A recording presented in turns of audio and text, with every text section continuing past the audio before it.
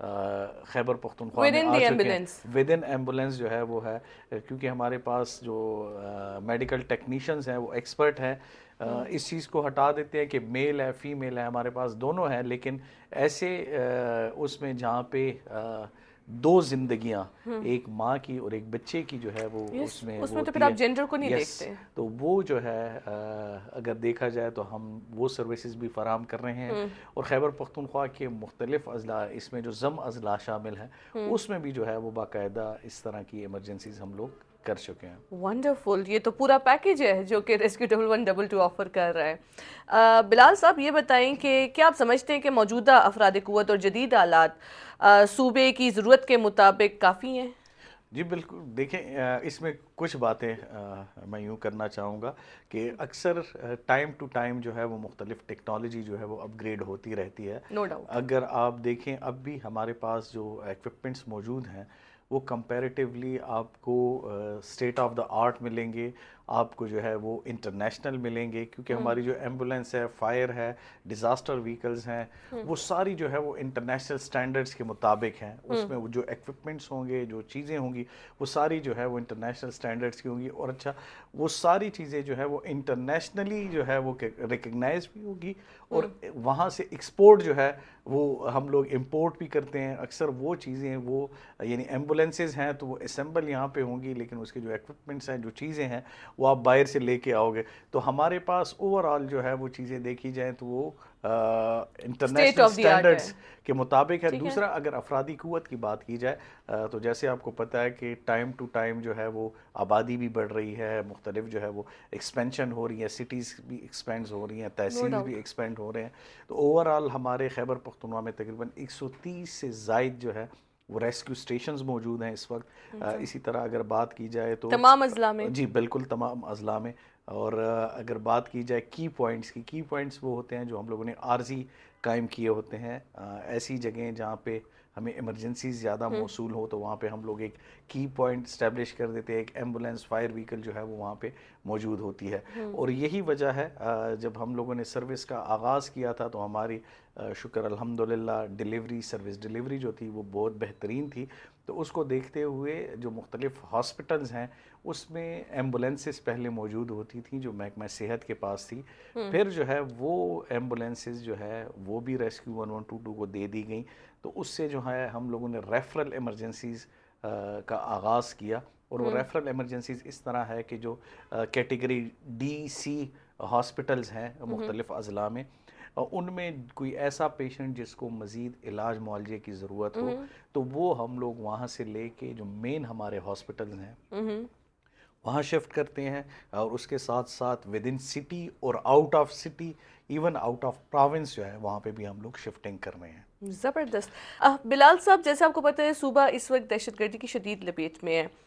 حالیہ امن و امانیت دہشت گردی کے واقعات نے آپ کے کام پر یا آپ کی ٹائملی رسپانس پر کس طرح اثر ڈالا ہے؟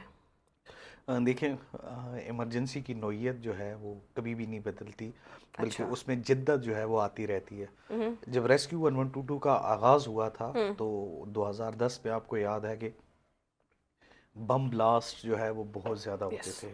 ہمارے خیبر پختونخوا نے ہمیشہ جو ہے وہ قربانیاں دی ہیں, اور اسی قربانیوں کو دیکھتے ہوئے صوبائی حکومت نے 1122 کا آغاز کیا تھا. پھر ایک ایسا ٹائم آیا کہ اس میں کافی حد تک بریک تھرو جو ہے وہ آ گیا, دہشت گردی کی لہر جو ہے وہ کم ہوئی, لیکن اس کے ساتھ ساتھ ہماری جو میڈیکل ایمرجنسیز تھی وہ انکریز ہوئی. پھر روڈ ٹریفک ایکسیڈنٹس جو ہے وہ ہوئے. دوسرا, اگر آپ خیبر پختونخوا کی ڈائمنشن چیک کریں تو یہاں پہ مختلف نوعیت کی مختلف ایمرجنسیز ہوتی ہیں. یہاں پہ پہاڑ بھی ہیں, یہاں پہ دریا بھی ہیں, یہاں پہ جنگلات بھی ہیں, یہاں پہ جو افرادی وہ ہے مطلب وہ آپ بھی کہتے ہیں قدرتی آفات بھی اس میں قدرتی, شامل ہیں, نیچرل اور یا انسانی مین میڈ جو ہوتی ہیں وہ بھی ہیں. تو ہماری ایمرجنسیز میں سروسز وہی ہیں.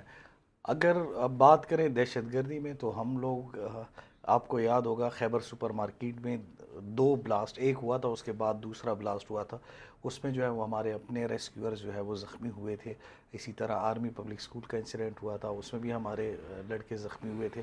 تو دیکھا جائے تو ہماری اوور آل جو ہے اس سے جو سروسز ہیں وہ انکریز ضرور ہوئی ہیں, لیکن اس میں ٹائم کا جو ہے وہ کبھی بھی ایفیکٹ ہم لوگ اکثر جو ہے وہ دوران آپریشن فرسٹ رسپونڈرز دو قسم کے ہوتے ہیں. ایک ہماری جو آرم فورسز ہیں وہ اکثر جو ہے وہ ایسے اس میں سیسا پلائی ہوئی دیوار جو ہے وہ بنی ہوئی ہیں, لیکن اگر ان کے ساتھ بات کی جائے تو ہم لوگ شولڈر ٹو شولڈر جو ہے ان کے ساتھ سروسز فراہم کر رہے ہیں. ہمارے اپنے جوان بھی اس میں اکثر وہ ہوتے ہیں جو, اگر آپ ٹرائبل بیلٹ اس وقت چیک کر لیں تو وہاں پہ زیادہ تر جب بھی ایسی ایمرجنسیز ہوتی ہیں تو ریسکیو 122 جو ہے وہ ان کے ساتھ ہوتی ہے, اور ہمیشہ جو ہے وہ فرنٹ فٹ پہ آ کے جو ہے وہ ان کو خدمات فراہم کر رہی ہیں. ہم نے کبھی جو ہے اس چیز کا وہ نہیں کیا کہ ٹائم کا وہ ہو, یعنی رات ہو گیا دن ہو کسی بھی وقت اگر ان کو سروسز ہماری چاہیے ہوں, نہ صرف ان کو بلکہ عوام کو بھی, تو ہم لوگ جو ہے وہ سروسز فراہم کرتے ہیں. بہت شکریہ, یہ بہت خوبصورت آپ نے بات کی ہے. یہی بتائیں کہ ہسپتال ہو گئے یا فائر بریگیڈ کا جو آپ کی کوارڈینیشن ہے, اس میں کسی بھی ایونٹ کے دوران آپ کو کوئی مشکلات آتی ہے, چاہے پولیس کی جانب سے ہو یا کوئی اور عملی کا اس میں obstruction آئے؟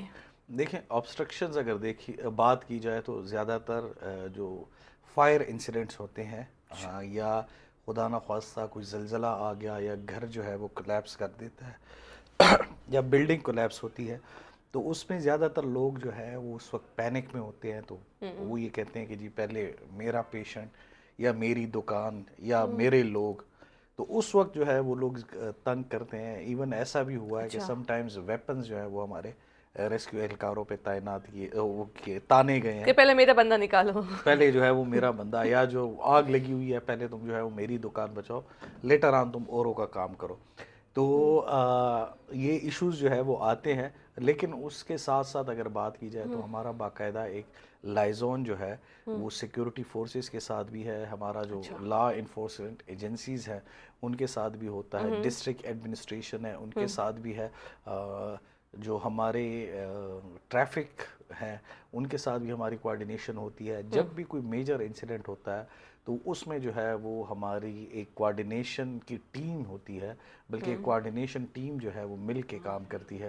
اور اگر ریگولر ایمرجنسیز کی بات کی جائے تو میں نے جیسا آپ کو کہا کہ وہاں پہ جو ہے وہ ہمیں مسائل آتے ہیں, لیکن وہ اس وقت تک ہوتے ہیں جب تک پولیس والے جو ہے وہ نہ پہنچے وہاں پہ. جب وہاں پہ وہ آ جاتے ہیں پھر لوگ آپ کو تنگ نہیں پھر کرتے, وہ جو ہے وہ کم ہو جاتا ہے. لیکن اس وقت ہم لوگ خود بھی یہ سینس کرتے ہیں کہ جی ہیومن فیلنگ ہے نا, اس وقت لوگ خود جو ہے وہ اتنے پینک ہوتے ہیں یا ان کا وہ ہوتا ہے, تو اس وجہ سے ہم لوگ بھی, آلدو ہمارے پاس ہمارے جو اپنا ایکٹ ہے ریسکیو 1122 ایکٹ, اس میں پنشمنٹس بھی ہیں, اس میں جو ہے وہ جرمانے بھی ہیں کہ ہم لوگ ایسے لوگوں پہ لگا سکتے ہیں. لیکن دو چیزیں ہیں, ایک تو یہ ہے کہ ہمارا صوبہ مختلف چیزوں میں جو ہے وہ قربانیاں دیتا چلا آ رہا ہے, تو ایسی چیزیں جو ہیں وہ اچھی نہیں ہوتی.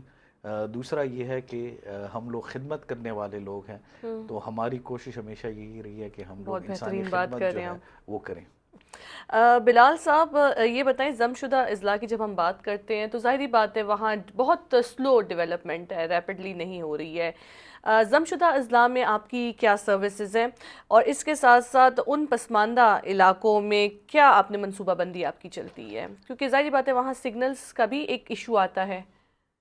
بالکل, جیسا کہ میں نے آپ کو پہلے کہا کہ خیبر پختونخوا کے جو ڈائمینشنز ہیں وہ بالکل چینج ہے. اگر آپ جو ہے ٹرائبل ڈسٹرکٹس میں دیکھیں تو وہاں پہ انسرجنسی ہے, ملیٹنسی ہے, پھر جو ہے وہ کلائمیٹ چینج کے وہ ہیں, پھر لوکل جو ایشوز آتے ہیں وہ بھی جو ہے وہ کافی زیادہ ہیں.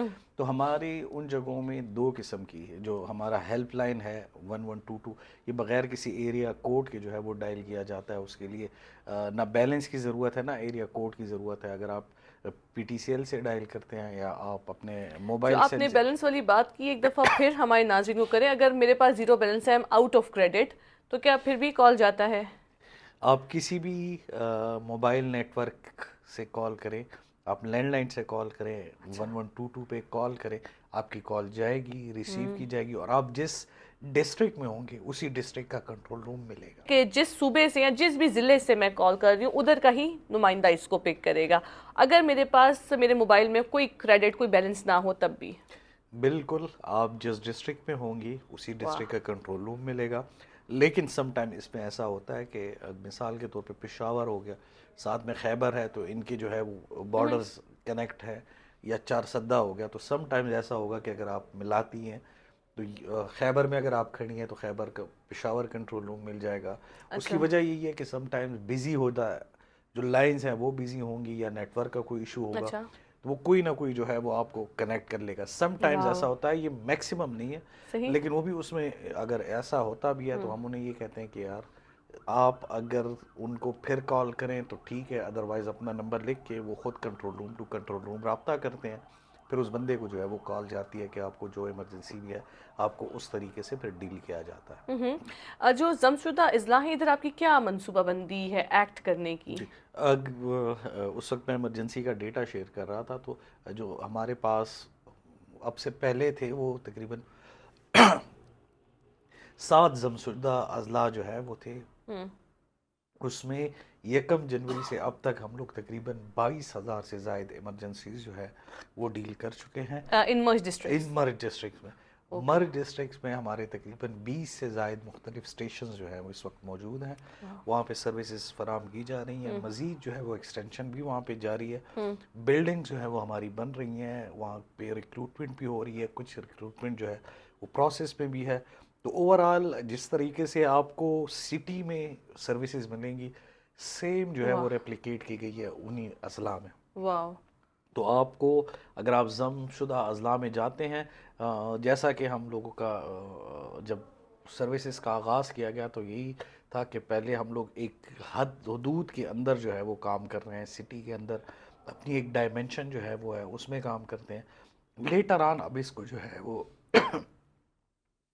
تحصیل تک جو ہے وہ اس کو ایکسپینڈ کیا جا رہا ہے, تو جیسے ہی وہ ہوگا تو مزید اس میں ایکسپینشن آئے گی. بلال صاحب, جس طرح آپ نے ضم شدہ اضلاع میں اپنی فیسلٹیز کی بات کی, آخر میں ہمیں یا ناظرین کو یہ بتائیں کہ ریسکیو 1122 کیا اقدامات کر رہا ہے عوامی تربیت اور فرسٹ ایڈ آگاہی کے لیے, عوام اس میں کیسے حصہ لے سکتی ہے؟ ریسکیو 1122 2 قسم کی سروسز فراہم کر رہا ہے. ایک تو وہ ہے جو ایمرجنسی سروسز ہیں, ایک ہے پریونشن. ہماری پریونشن میں جو ہے وہ ہم لوگ فرسٹ ایڈ ٹریننگ دیتے ہیں, اس کے ساتھ ساتھ فائر پریونشن کی ٹریننگ دیتے ہیں.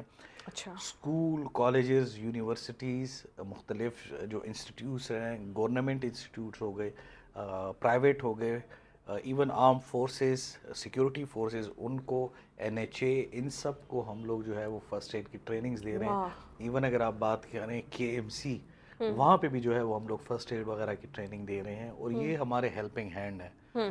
یعنی خدا نہ خواستہ جب بھی کوئی ایسی ایمرجنسیز ہوتی ہیں تو ہم سے پہلے یہ لوگ جو ہے وہ ایز اے فرسٹ رسپونڈر جو ہے وہ خدمات فراہم کر سکتے ہیں. اس کے بیہائنڈ جب ہم لوگوں مطلب نے آپ اس لوگ سے شہریوں کو اتنا کر دیتے ہیں کہ وہ اپنے مدد آپ کے تھرو جب تک آپ لوگ آئیں تو کچھ نہ کچھ وہ اپنی کر لیں بالکل, فرسٹ ایڈ سے. یہ جب 2014 میں ہم لوگوں نے اس چیز کو ریئلائز کیا تھا کہ ہر ایک جگہ پہ ریسکیو 1122 جو ہے وہ پہنچنا ناممکن ہے, یا اس میں جو ہے وہ ٹائم گین ہوگا. تو جب ہم لوگ کام کر رہے تھے, مختلف آئیڈیاز وغیرہ جو ہے وہ ہوتے تھے, تو اینول میٹنگ میں ہم لوگوں نے یہ ڈیسائیڈ کیا تھا کہ اب ہم لوگ لوگوں کو جو ہے وہ ٹرین کریں گے, ان کو بھی فرسٹ ایڈ کی ٹریننگز دیں گے. تو وہ آئیڈیا جو ہے وہ ہم لوگوں نے اٹھایا, پھر ہم لوگوں نے ایک کورس جو ہے وہ ڈیزائن کیا, پھر مختلف اسکول, کالجز, یونیورسٹیز کے پاس گئے. ان کو جب ہم لوگوں نے ٹریننگ دینا شروع کیا تو اس میں بیہائنڈ دا سین ہمارا یہ کنسیپٹ تھا کہ یار ایک انسان جو ایمرجنسی میں ہے وہ کیسے جو ہے وہ اپنی بھی جان بچائے گا, اور اس کے ساتھ ساتھ جو اس کے اپنے عزیز و اقارب ہیں, رشتہ دار ہیں, اس کو کیسے جو ہے وہ سروسز فراہم کرے گا. تو اس فرسٹ ایڈ کی ٹریننگ میں جو مائنر بلیڈنگ وغیرہ روکنا, چوکنگ ہونا, اس کے ساتھ ساتھ مختلف جو سپلنٹس ہیں, کہ اگر ہڈی وغیرہ کوئی فریکچر آتا ہے اس کو کیسے ڈیل کریں گے. اچھا تو یہ ساری ٹریننگ جو ہے وہ ہم لوگ فری آف کاسٹ فراہم کر رہے ہیں, اس کے کوئی چارجز نہیں ہیں, اور ہر ڈسٹرکٹ پہ ہم لوگوں نے اپنا ٹریننگ ونگ جو ہے وہ باقاعدہ بنایا ہوا ہے, اور اسی ٹریننگ ونگ کو ہیڈ جو ہے وہ ہمارے ہیڈ کوارٹر میں ٹریننگ سیکشن کرتا ہے, جو کہ اسکول, کالجز, یونیورسٹی کو ایک ہی طرح کی ٹریننگ جو ہے وہ فراہم کر رہے ہیں. میں نے آپ سے آخری سوال اس لیے پوچھا تھا کہ ہمارے ناظرین اس چیز سے آگاہ ہو جائیں کہ کس قسم کی ٹریننگز ہو رہی ہیں. صرف مجھے بتا دیں کہ اس میں آپ نے سپلنٹ کی بات کی, مائنر بلیڈنگ کی بات کی, کیا اس میں کوئی جیسے ہارٹ اٹیک ہو گیا عموماً تو یہی ایشوز آتے ہیں، ہارٹ اٹیک یا اسٹروک، اس سے بچانے کے لیے بھی کوئی ٹریننگ آپ لوگ دیتے ہیں فرسٹ ایڈ کے، جب تک ہسپتال لے کے جائیں تو وہ جو ڈیمیج ہے وہ کنٹرول ہو جائے؟ جی دیکھیں، آپ نے بات کی، بہترین بات کی کہ جب بھی کوئی ہارٹ اٹیک کا پیشنٹ ہوگا تو اس کے لیے سب سے پہلا وہ جو ہے وہ آپ کو اس کے سائن سمٹمز دیکھنے ہیں. اچھا. پھر اس کے بعد سی پی آر. تو سی پی آر کارڈک پلمونری ریسسٹیشن ہے، جو کہ عارضی سانس اس کو بحال کرنے کو کہتے ہیں. اچھا. تو جب بھی ایسا وہ ہو تو اس کو باقاعدہ ہم لوگ ٹرین کرتے ہیں کہ آپ لوگوں نے سی پی آر کیسے کرنا ہے، سی پی آر کا طریقہ کیا ہے، سی پی آر کن کنڈیشنز میں کریں گے. یہ جو میں نے آپ کو شروع میں کہا تھا کہ ہماری ایمبولینس جو ہے وہ منی ہاسپٹل ہے، تو یہ وہی چیز جو ہے وہ اس میں موجود ہے. آٹومیٹک ڈیفیبریلیٹر اس کو کہتے ہیں، جو کہ آپ کو عام ہاسپٹلز میں بھی یا عام وارڈز میں نہیں ملے گا. وہ جو ہے وہ باقاعدہ ہمارے اس میں موجود ہے. وہاں پہ آٹومیٹک جو ہے وہ اس کو ڈیٹیکٹ کرتا ہے، آپ کو بتائے گا کہ اس کو کمپریشنز کی ضرورت ہے یا نہیں ہے. اگر اس کو شاٹ کی ضرورت ہو تو وہ اس وقت آپ کو کہے گا کہ جی ہاں اس کو شاٹس کی ضرورت ہے، آپ پیچھے ہو جائے، میں خود جو ہے وہ اس کو شاٹ دیتا ہوں. تو یعنی اوور آل دیکھا جائے تو یہ ساری چیزیں جو ہیں وہ ٹریننگ کا حصہ بھی ہوتی ہیں، اور اس کے ساتھ ساتھ جتنی بھی آگ لگنے کے واقعات ہیں اس میں بھی جو ہے وہ تربیت دی جاتی ہے کہ آگ بنتی کیسی ہے، آگ کو کیسے آپ قابو کر سکتے ہیں، کوئی جل جاتا ہے اس کو آپ کیسے کر سکتے ہیں. تو یہ اوور آل جو ہے یہ فرسٹ ایڈ ٹریننگز میں ہم لوگ جو ہے وہ عوام کو، بچوں کو، سب کو جو ہے وہ سکھا رہے ہیں. بہت شکریہ بلال صاحب. ناظرین، جس طرح آپ نے ریسکیو 1122 کے ترجمان سنا کہ ریسکیو 1122 کس قسم کی سروسز دے رہی ہیں صوبے میں، جدید آلات کے ساتھ، جدید سروسز کے ساتھ، ایٹ یور کال. اسی کے ساتھ اپنی میزبان انمول شراز کو دیجیے اجازت. اللہ حافظ.